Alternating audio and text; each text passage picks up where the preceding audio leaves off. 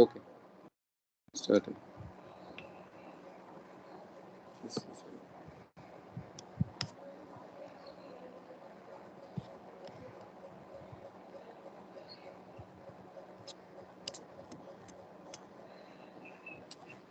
Okay.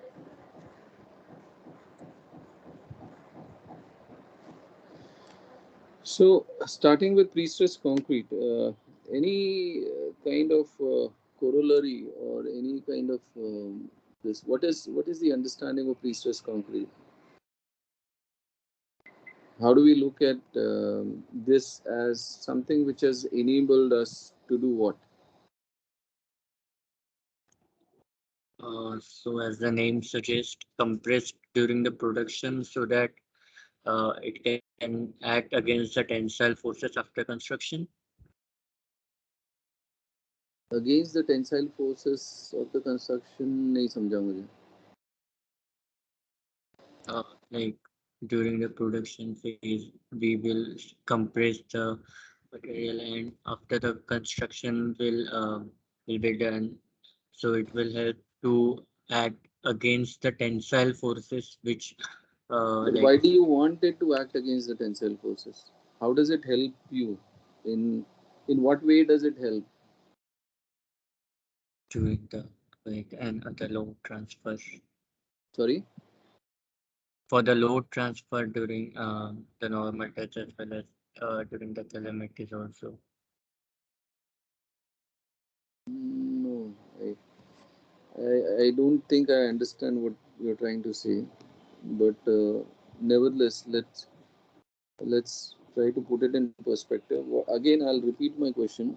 You have normal concrete, okay, and you have pre-stressed concrete. What is the difference in behavior? How does pre-stressed concrete help us in building probably better or superior or more efficient buildings as compared to normal concrete? And why is it that pre-stressed concrete, because the conceptually it is just about stressing the concrete, right? So why is it that in the recent years, in the past 40, 50 years, pre-stressed concrete, or in fact now in India also, we are gaining, pre-stressed concrete is gaining popularity?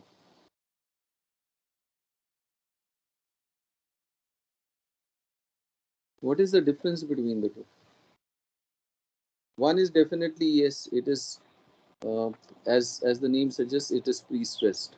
Okay, but why do you need to stress the concrete? Why do you need to stress the concrete beforehand? So To like attain the the longer spans, Sorry, sorry. So one of you, please come again. say then I will. to attain the longer spans, and then like Achieve longer structural thickness can be reduced using the pre-stress, and yeah, maybe dimensions can be reduced. Okay, yeah. So like the thinner Volume, and lighter vol- sections would be.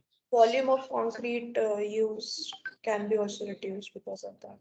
volume of just concrete or even steel or only concrete.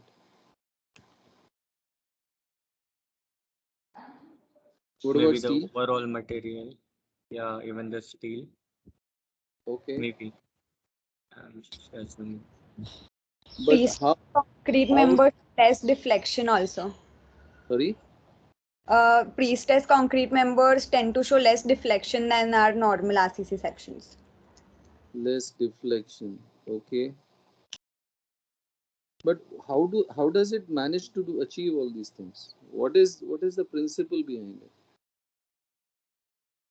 What is the logic behind it? Like by stressing the steel, it goes into a plastic state from which like it won't like come back onto its normal. It's something similar. I won't can't phrase it like, but it's something related to plasticity of the material. No, is it plasticity? Not like plasticity. Because if you're saying ki if it is elongate and it doesn't come back to its normal position, then how does it help?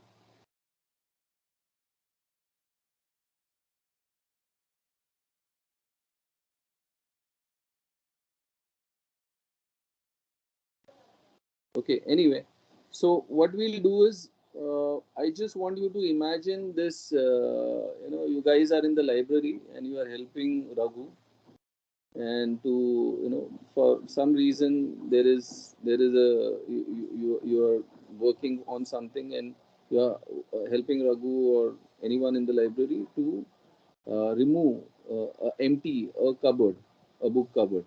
Okay. Will you go for individual books, or you will take stack of books together?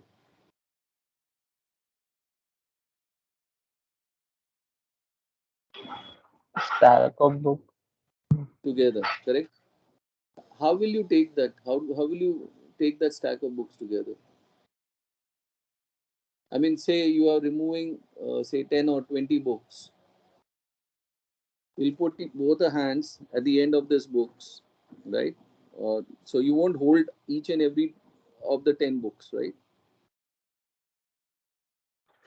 Compress it, like push it So inside, and you will then hold the end books, and yeah, but intuitively you will try to get the entire stack, but you will apply pressure from the outside, from both the ends, correct?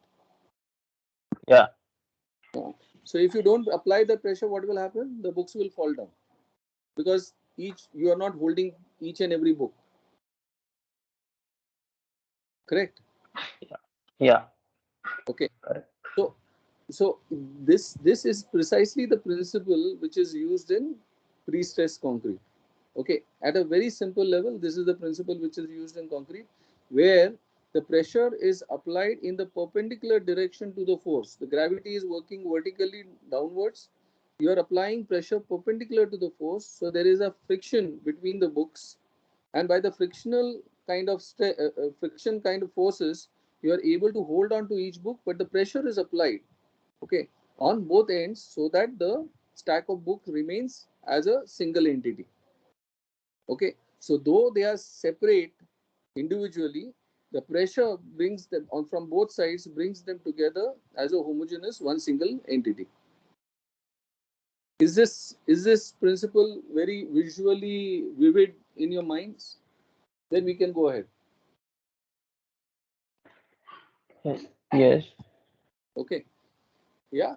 So now, how does, so before we get on to what is normal concrete and what is precessed concrete, I would just mention that precessed concretes are of predominantly two types. You have pre-tensioned system and you have post-tensioned system. So basically, pre-stressing of the concrete is achieved by applying external pressure, okay, which we just saw. That is also pre-stressing, but that pressure will have to be constantly maintained into the concrete. So how do you maintain the pressure? You cannot constantly, means external pressure से so continuously lifelong to building के लिए नहीं हो सकता. So you introduce tendons within the concrete, which are worked upon in such a way that they will constantly induce that stress within the concrete. Okay, so when you introduce tendons, you have two ways in which introducing. So when the tendons are introduced and the concrete is pre-tensioned, which means that the tendons are introduced, they are stretched, and concrete is poured and they are released. So even before installation of the concrete, installation of the element, the tension is already in place. Okay, that is pre-tension. Okay, we'll come to when it will become clearer when we take up examples. Okay, and post tension is one where the concrete casting, everything is done the way you are seeing in metros. Also, you will notice that on the sides where the cantilever, those beams are there, there are these there are these holes left for tendons. Now, after the construction is complete and all, there are tendons which are there, but the tensioning of the tendons is, the tensioning is done only after the construction and everything is in place. So after the casting of the concrete, when the tension or tendons are, stress, then it is post tension. Otherwise, it is pre tension. Yeah. So this is now. How does it help, and why? What is the difference between? What is the difference between? Uh, what is the difference between normal concrete and pre-tension concrete? Okay, normal concrete may you have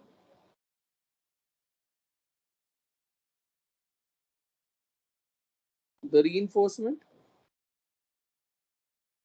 you have stirrups, right, and you have concrete. Now, just a recap that in the earlier years you have done this. You have this cover which is important.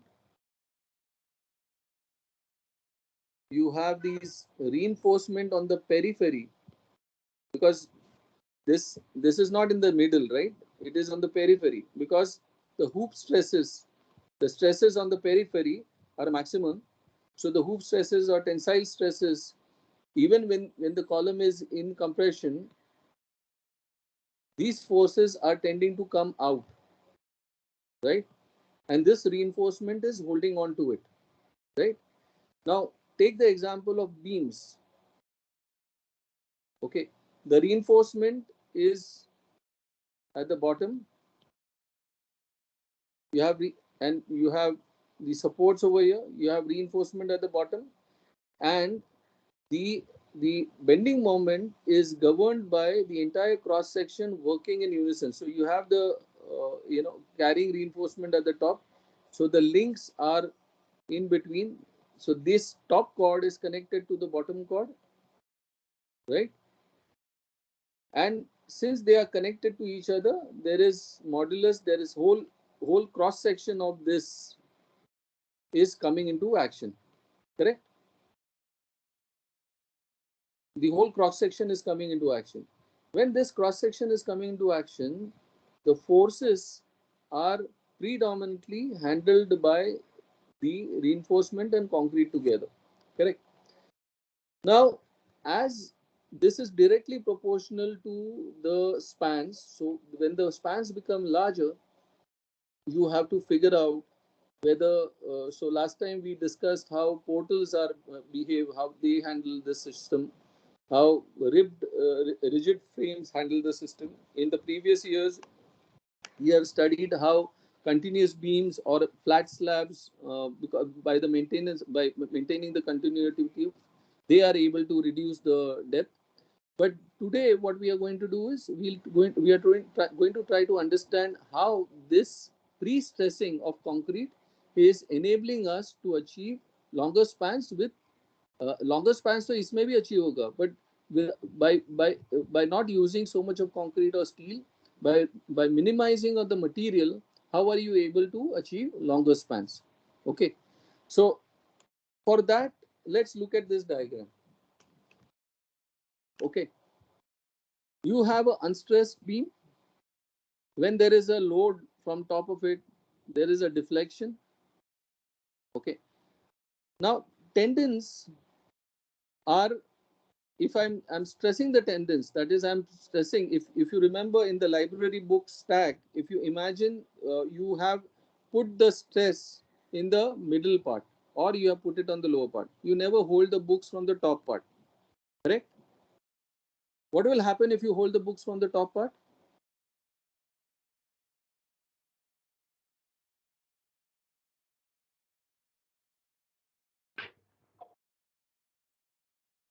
Hello? It will unable to hold, like, So they will bulge like this. So imagine this is a stack of books. If I hold these books from the top part, they will bulge like this and they will collapse. They will fall down, right? So yeah, either I will hold the apply pressure below the center point, okay, And even if I apply the pressure at completely at the bottom also, the books will start, they will collapse, they will start curving like this, and they will fall down. Okay, so intuitively you are putting pressure a little lower than the mid segment, correct? Is Yeah. it too difficult to imagine? Actually, this exercise I conduct in physically in the class, so I'm finding it difficult to I'm depending on your visualization. Otherwise, let's.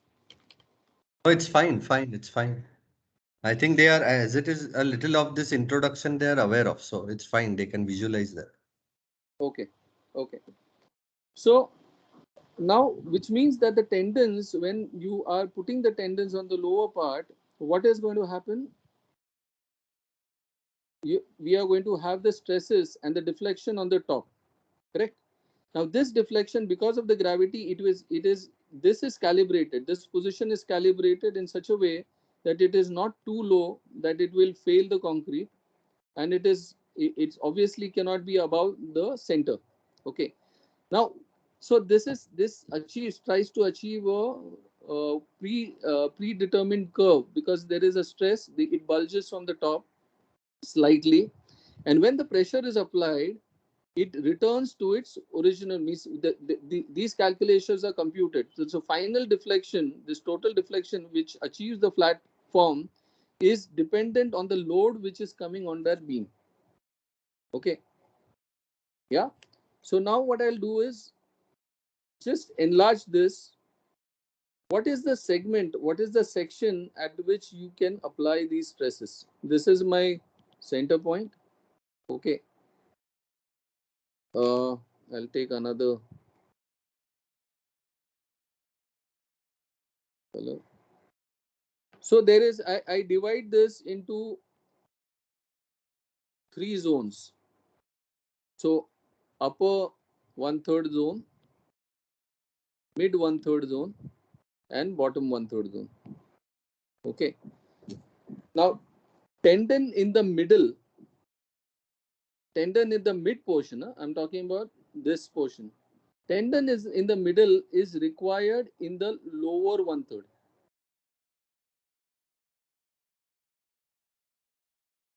Okay.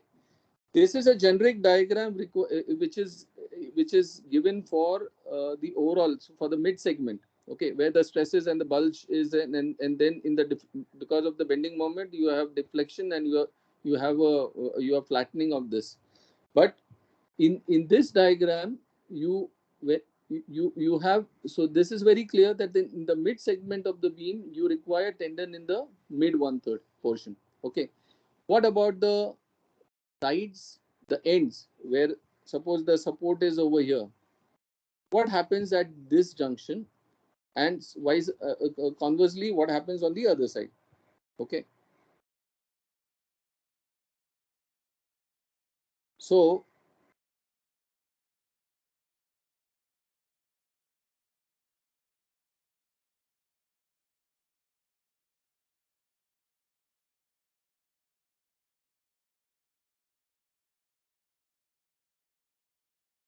let's assume this is a beam.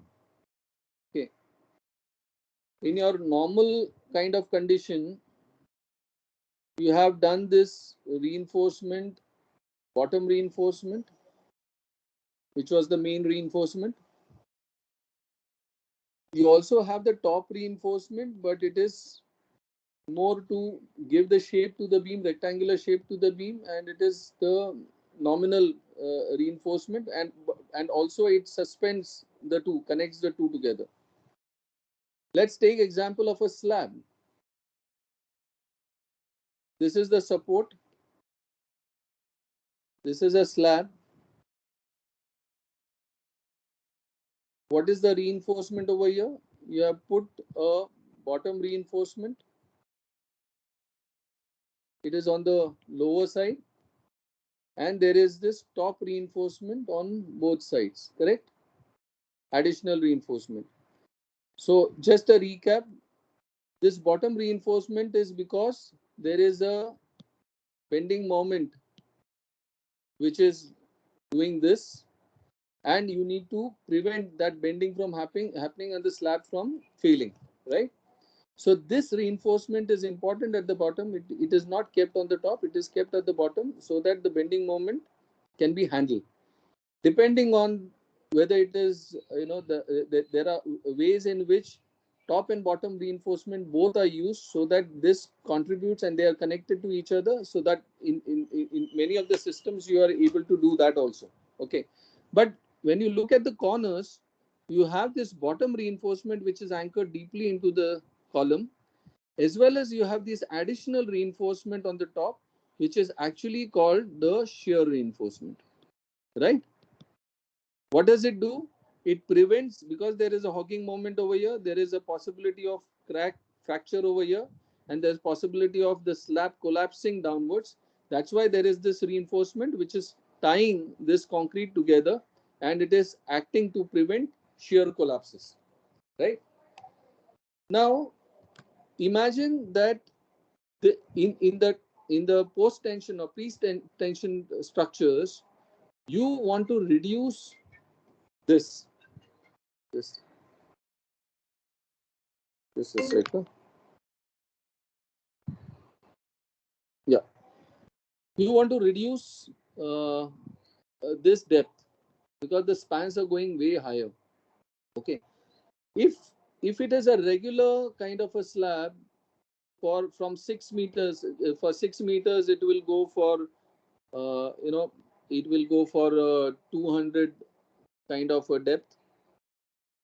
If it is say 9 meters and I continue with my regular slab, it will go to probably 300 depth. Okay, but as it goes deeper, you also realize that the load is also increasing, right? So to handle the load, your column sizes also will change. You will not be able to go for higher floors because your foundations may not be able to take that kind of load. So increasingly, there is a demand for reducing the cross section, not just because you want to reduce the amount of material, but you also want to reduce the amount of load which is coming onto the overall building, to the components of the building, to the overall building, and hence and finally to the foundations. Okay, so wherever you require these systems to reduce the load, this point is very important from the perspective of taking a call on between normal concrete and pre-stressed concrete. Okay, because the pre-stressed concrete comes with a certain cost, it comes with a certain skill set.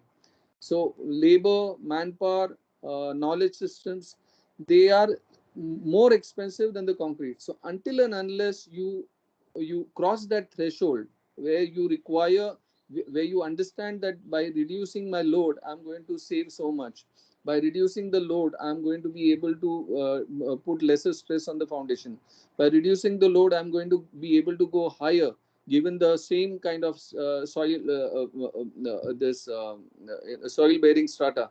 So all these questions put together, you arrive at a decision. Okay, this additional cost which I require for pre-stressed concrete is justified because I'm able to save on these. I'm able to save on the concrete of the column, I'm able to save on the concrete of the slab, I'm able to save on the concrete of the beams, or I'm able to save on the foundations also. Okay, so by various things I'm able to save this. So the whole logic of pre-stressed concrete, the reason, the economics of pre-stressed concrete is based on how much it is saving in terms of the overall load of the building, making it lighter, and hence reducing the stress on the foundation. Okay, that's one. Yeah, now let's come to how does it actually do it, and why has it become popular now, and why was it not so popular earlier times. Okay, if you if you if you go to the history of concrete structures, they have come into being in the first part of the 20th century, that is 1900, almost just a decade before 1900s concrete structures started.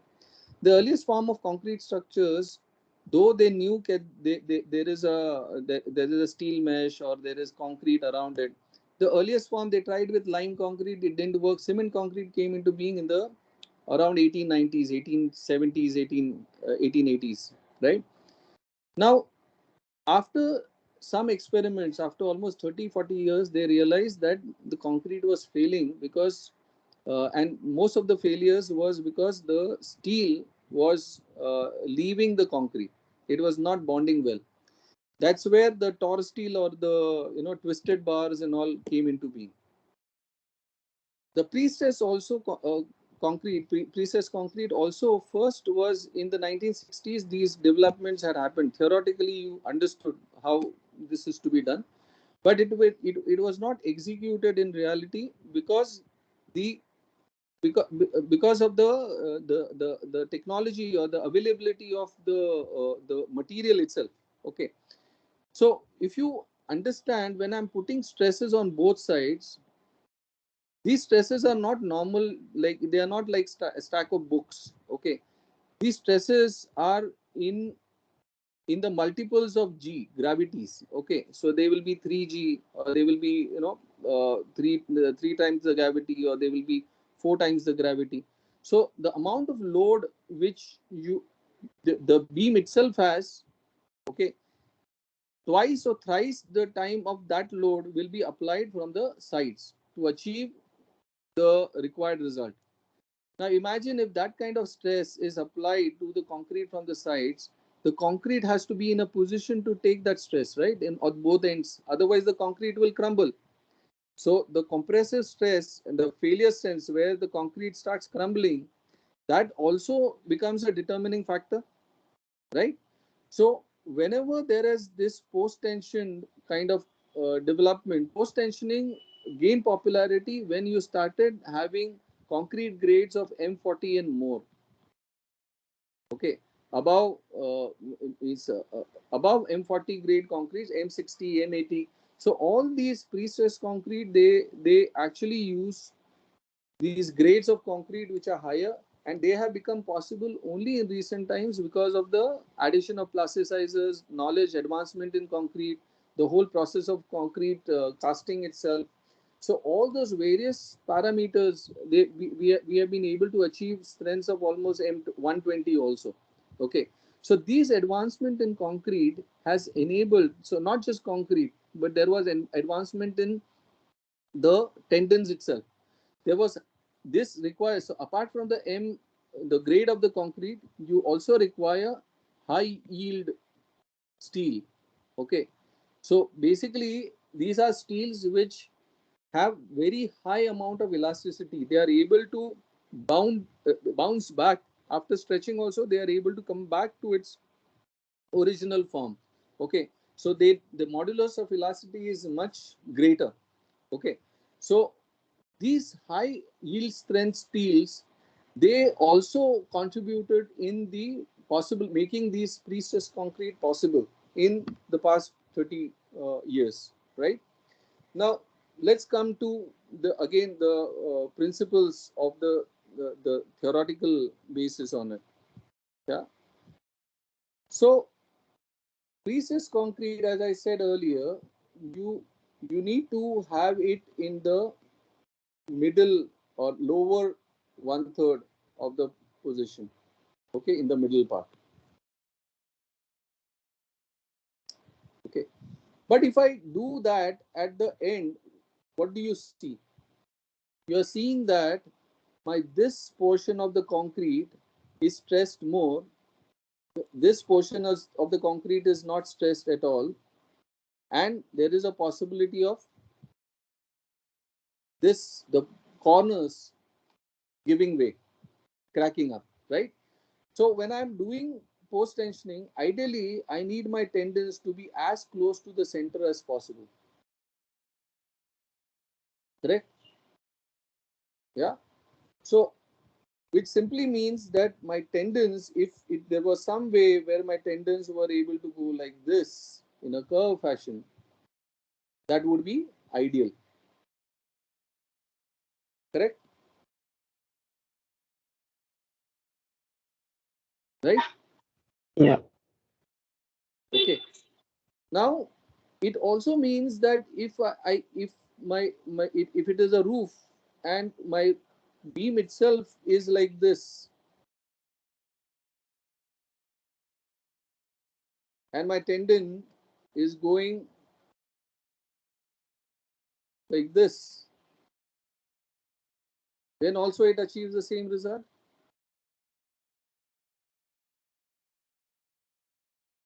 Correct? Yes. Yeah. So there are Yeah. various combinations in which this post tension or pre-stress concrete can be done. Okay, but it is important to understand that in the mid span you need to achieve uh, this is different from your bottom reinforcement. Bottom reinforcement will be over here, and please do not make a mistake that assuming that just because there is tendon you don't need reinforcement. It doesn't work like that. The nominal reinforcement for holding the concrete together, for holding that, achieving the strength to avoid the shrinkage cracks, that nominal reinforcement will still be there. This just avoids the reinforcement as a main reinforcement. Okay, is this clear? Yeah, Vikram. Yeah. Okay, now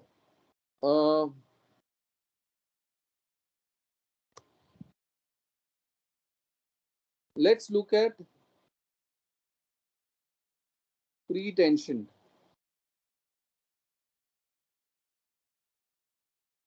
Okay, what is pre-tension concrete and where is it used? Okay, now pre-tension concrete is something where you have these long cables which are stretched. There are hydraulic kind of systems which stretch these cord at the ends. Okay, keep it stretched.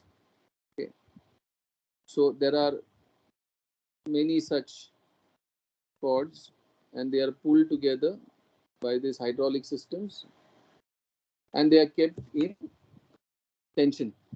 Okay, after which of course they are taken in casts. Sorry.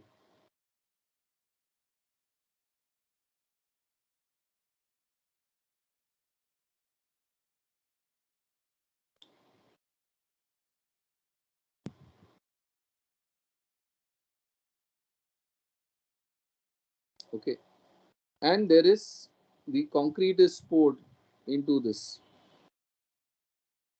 Okay, after the concrete is poured and it is set, or it is set to completely, it achieves the required strength. These are released. Okay, these are released. So what is going to happen is the steel over here, the reinforcement over here, which is high yield steel, it is going to try to come back to its original size, right? Now when it comes to its original size, when your reinforcement is pulled, say, okay,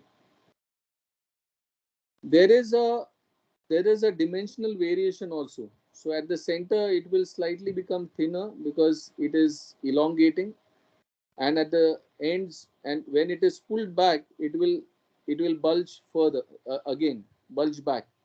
So it will try to restore to its original position, and while restoring to the original position, the concrete is already set.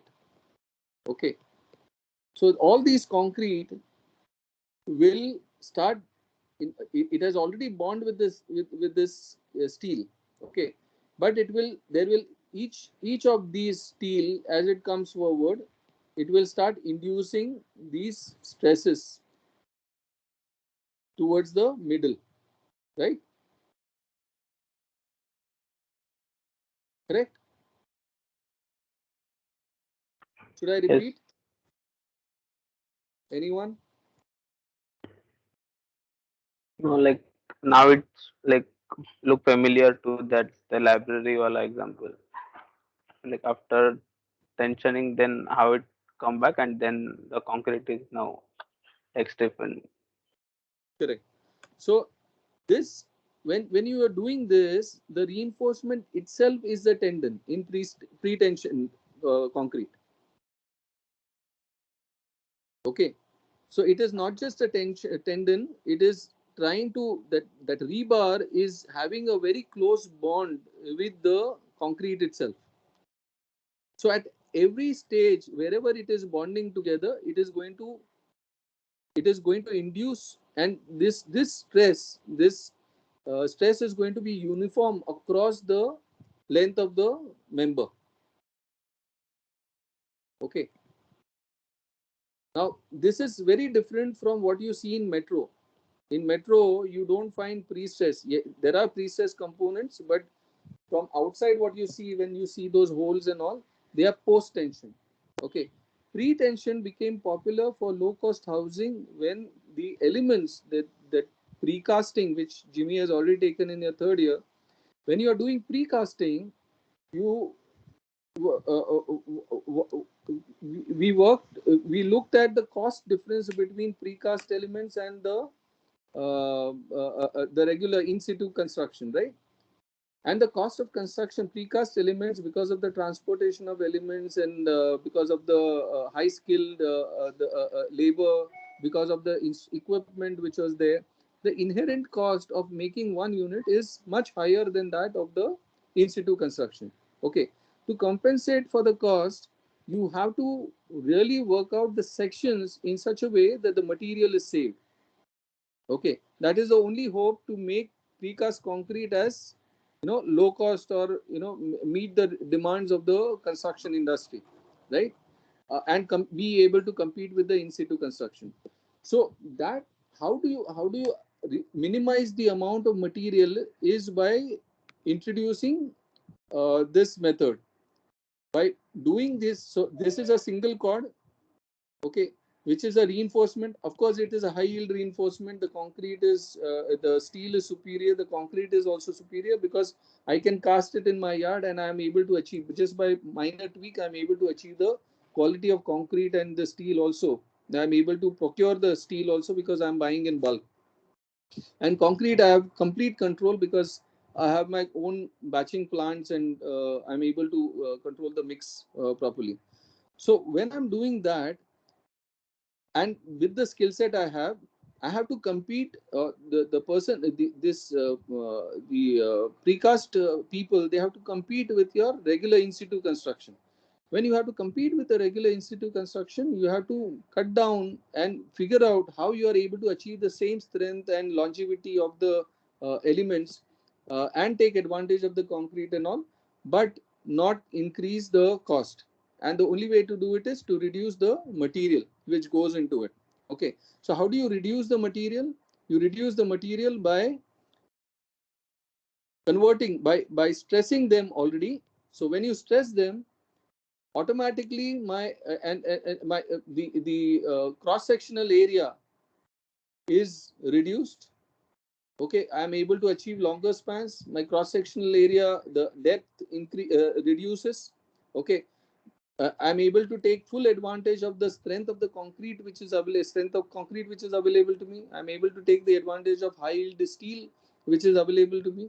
So all these put together, you are able to come up with a solution which is useful for modular or precast construction, which takes advantage of pre-stressed concrete.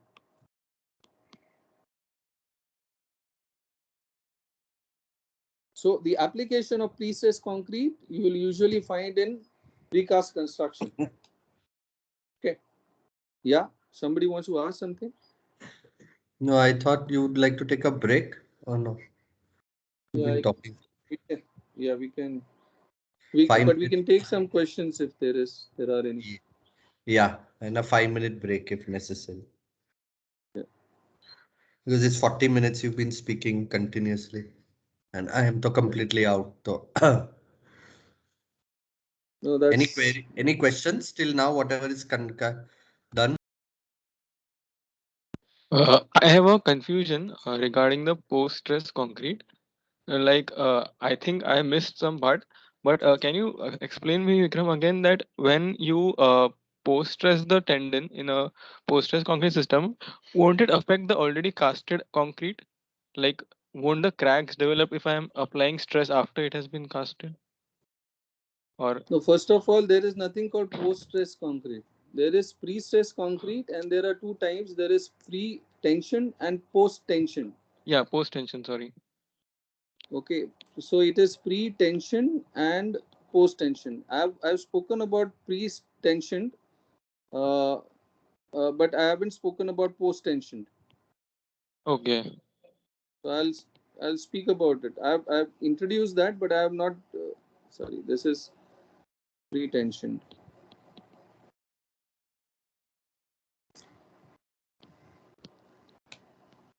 So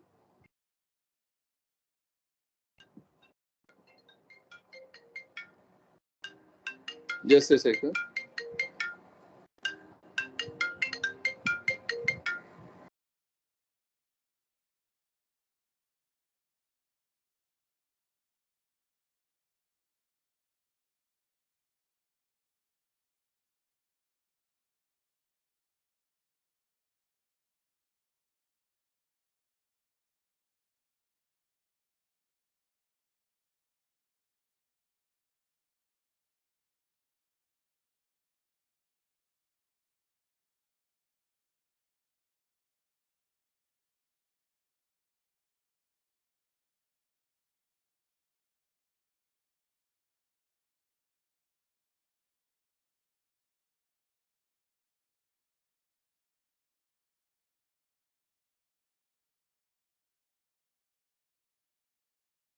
Yes. Any other query? See, the quality of concrete and the deflection. That was a question. I don't know who asked that question. I could not track. But the quality of the concrete, the kind of mix, and the kind of deflection that is expected in post tensioning or pre tensioning, this is very minimal. It's not to an extent whereby you will see cracks of an order that can be harmful to the overall structure. Yeah. So the uplift or the kind of hogging that takes place is bare minimum. Most of the times it is visible to the human eye, but should you not be attentive, you may not even realize it to that extent. And that goes by way of, as Vikram rightly said, both by way of the quality of the steel and both by way of the quality of the concrete. It's a different ball game altogether. Yeah. Yeah. It's a different ball game in specification to a very large extent.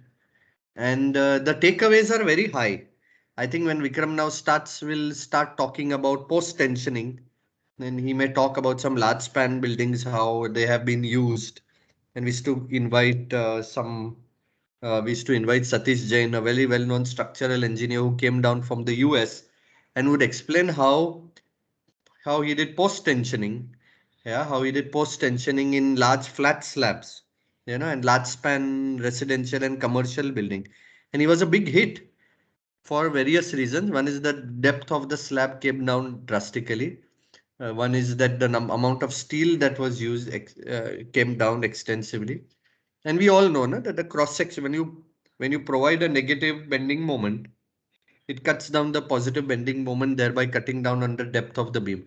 So when builders are fighting to get maximum number of floors in the height, when the height of the building is restricted, such technologies are. So we do know that post tensioning is used in these bridges and metro lines, but in residential commercial buildings also extensively post tensioning is used. Yeah, I think Vikram Yeah. will throw light on that. Yeah. Yeah. Thank you.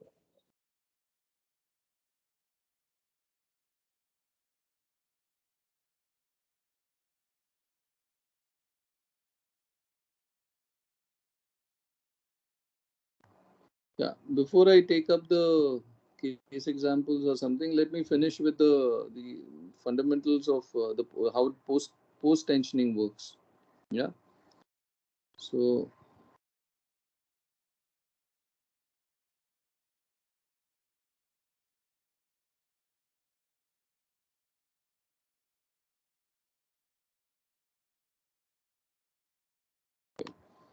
in the post tension, sorry.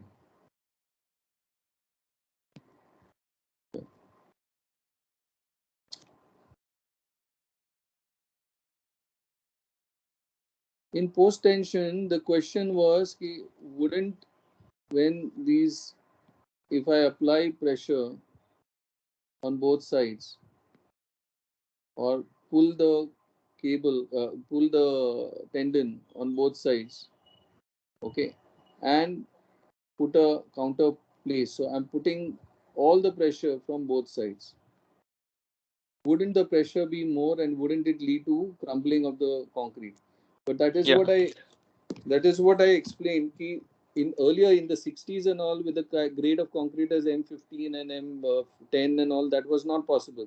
With the advancement in concrete with grades which are M40 and above, you are able to, the concrete holds on and it is able to withstand the stress. So in this zone, there is a lot of stress in for the post tension, not the pre-tension. Pre-tension one, the stress is generated uniformly across the cross section of the beam, almost uniformly. Okay, but in post tension one, you have lot of stresses which are in these zones. Okay, and for that to happen, there are steel plates, there are so many things that we do over here so that the stresses are not, they do not crumble the edges, they do not fail the concrete at the corners, and that's how those measures are very carefully done, and this concreting is done very carefully, calibrated, so that these kind of failures do not take place. Yeah. So it is only because of the strength of the concrete, which is M40 and onwards, M60, M80, many a times it is M60 also, which we are able to use post tension concrete also, in post tensioning also. Yeah. Okay. What I'm going to do now is I'll just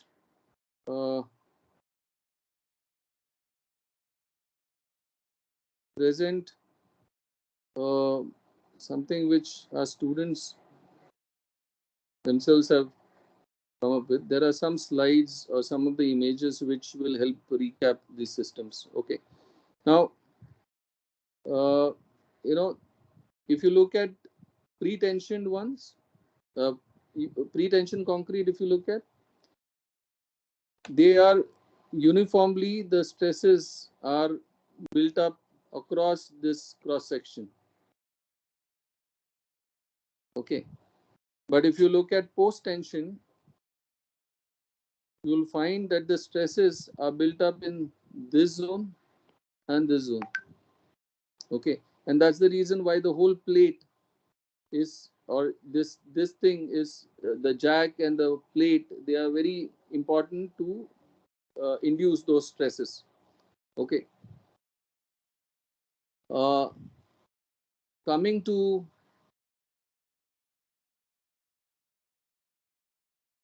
the components of this.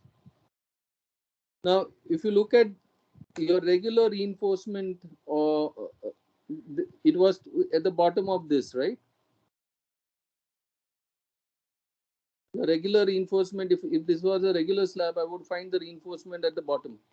Okay, but in the ribbed and waffle slab, you realize that the reinforcement, because the spans were not so great, these spans were 900 or some cases 1200, you were able to reduce. So that's why it didn't matter whether it was at the bottom, it could be in the middle also, right?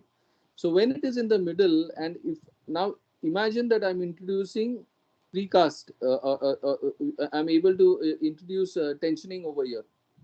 Okay, or I'm able to introduce tensioning in these members itself, because say from 9 meters these members are going to say 15 meters, and I introduce pre-stressing of these concrete members. Imagine the amount of the reinforcement that I'll be able to reduce by just introducing stressing over here, right? This is, of course, this is for your precast members, but look at these junctions. Look at these junctions. Now, when they are sitting one on top of the other, okay, this is a dead load on top of this, right? If this is a dead load, wouldn't you want to reduce this the weight of this staircase so that lesser stress is coming on the wall itself? If I have to reduce the weight of the staircase, what are the ways that I can do it? Pre-stressing of this concrete is one of the ways in which this can be done. Okay. Now, just taking some of the examples where this is a precast, but look at this. This is where the column itself is anchored firmly, and the tendons are pre-stressing the column itself. It is no longer the beams. The columns are being stressed, under stress, and they are anchored firmly into the pile cap or the footing. Okay. When you do that also, you are enabling, you are not just dependent on the peripheral reinforcement for the stability of the column, but you are introducing a stress at the center, at the heart of the column, and are able to improve the strength of it. Yeah.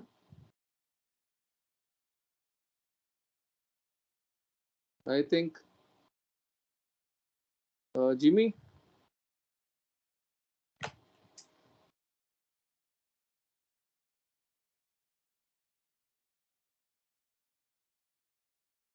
Hello.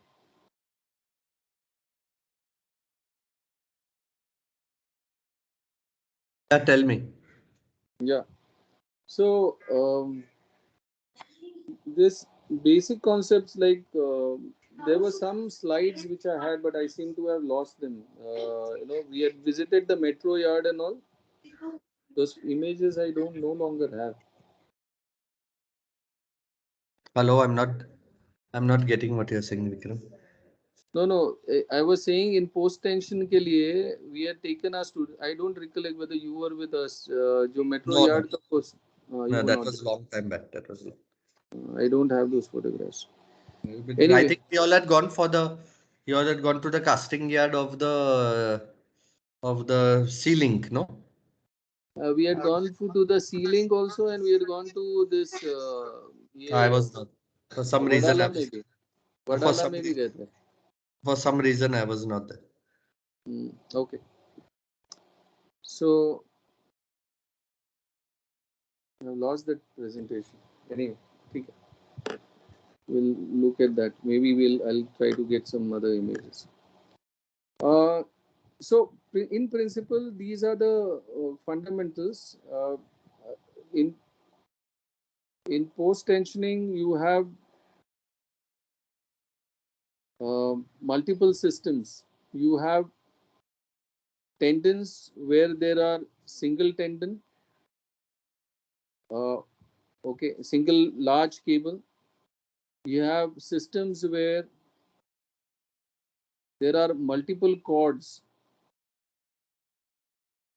and they are all pulled simultaneously.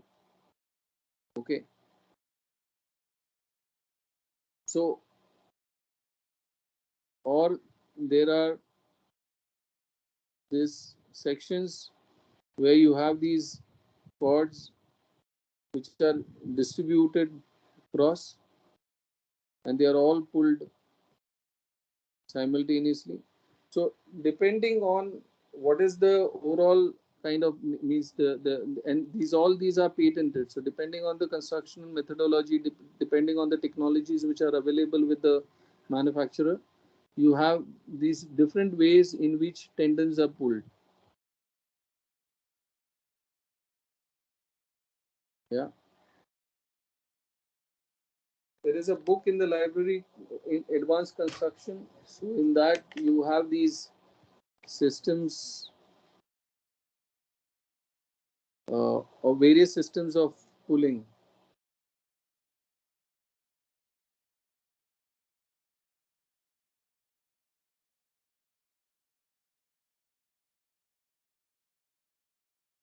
Okay. Any uh,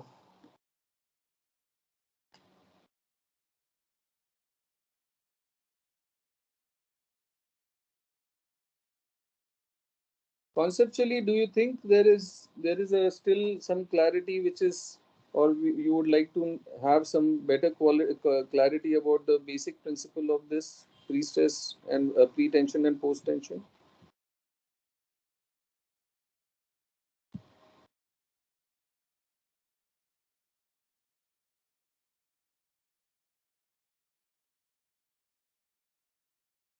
Hello.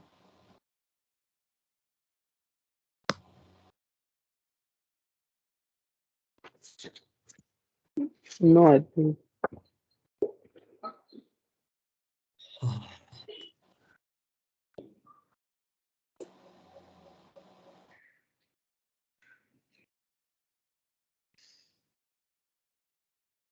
Okay, then coming to our next question is, how do you, means we have already discussed pre-stress is used for precast, it is used for faster construction, for low cost housing. How do you and post tension is used for larger infrastructure projects and all. Uh, how many of you in your technology discussion this argument? How many of you are looking at housing or infrastructure projects? No, there are many who are looking at infrastructure projects. When we go through the list, I think each one of you can look at the way the pre-stress concrete is implemented. Okay, even for high-rise structures or for long span structures, also how pre-stress concrete is used. Okay, and you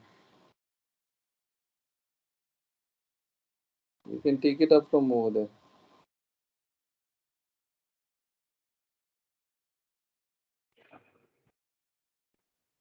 yeah. Okay.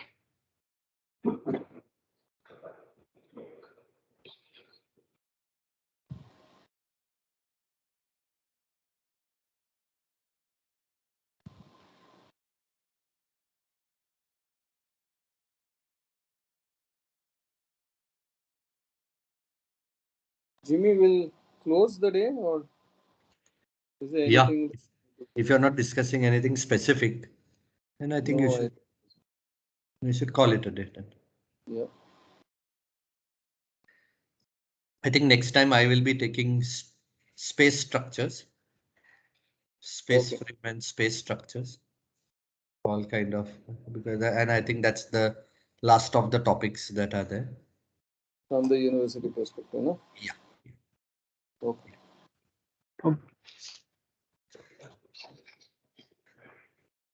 Yeah. Thank you, everybody. Bye. Yeah. Thank you, Jimmy. Vikram, we are to meet at 4 o'clock. Huh? 4 o'clock? Okay. Yeah. Okay. Thank you, Vikram. Thank you. Bye. Thank you. Bye. Thank you.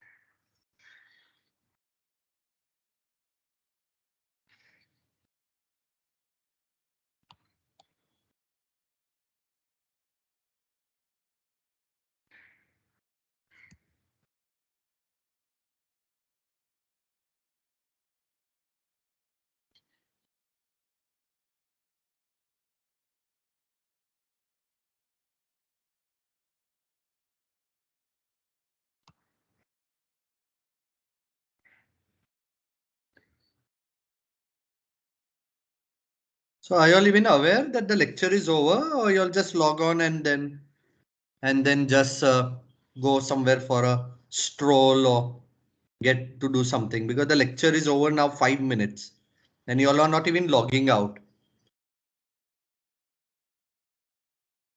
Yeah. Tanvi Sankhe gang. Chandrajit, the lecture is over 5 minutes back and you are yet logged on. For what, I don't know.